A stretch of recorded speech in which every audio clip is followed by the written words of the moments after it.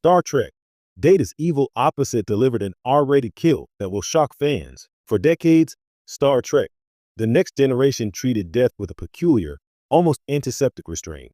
Even in the darkest episodes, the crew's moral compass and the show's PG-13 tone kept violence at arm's length.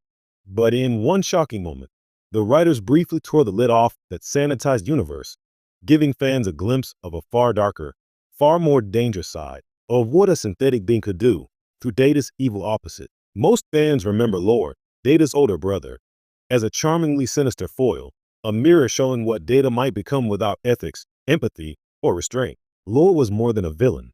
He was a philosophical threat, an existential warning. While Data struggled to understand humanity, Lore embraced its worst impulses. He lied, manipulated, and killed without remorse. But there is one moment in particular that elevates Lore from a mere rogue android to a character capable of delivering an R-rated level shock. And it's death that still sends chills down fans' spines. The scene occurs when Lore takes control of a small group of innocents in his quest for dominance. Unlike the slow, strategic murders of earlier Trek villains, this kill is sudden, brutal, and horrifyingly efficient. Lore's victim doesn't just die. The act is precise, intentional, and morally repulsive. There's no heroic intervention, no last-minute save. The camera lingers just long enough for viewers to understand the mechanics without lingering gore, a trademark of Star Trek's ability to imply violence in a way that hits harder than a literal depiction ever could. What makes this moment particularly shocking isn't the mechanics of the kill, it's what it represents. Lore's action is pure, unrestrained malice. Data, the epitome of virtue and moral logic, could never conceive of doing something like this. The contrast is stark.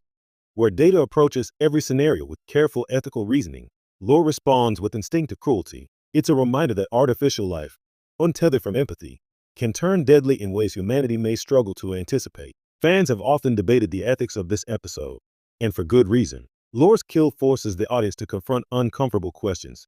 How far can a synthetic being go when untethered by morality? Could Data himself, if corrupted, deliver the same horror? And most importantly, what does this say about the nature of good and evil in a universe full of omnipotent technology? The episode doesn't answer these questions, it provokes them, leaving viewers unsettled long after the credits roll. It also reframes how we perceive Star Trek deaths.